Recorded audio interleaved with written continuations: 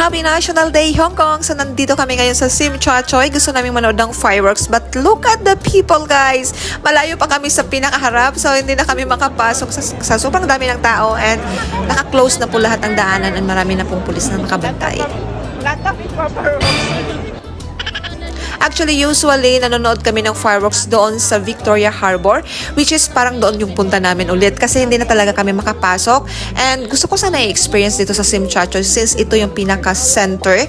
But yeah, bumalik kami dito, which is dito sa Chill Harbor. So, bali, nasa gilid kami ngayon kasi ayaw kong makipagsiksikan doon sa gitna. Sa left side, guys, ito yung pinaka-gitna ng fireworks. But yun na nga, gusto ko lang yung less crowded and para mas madali kami maka-away mamaya. Ayan. So, enjoy the fireworks, guys!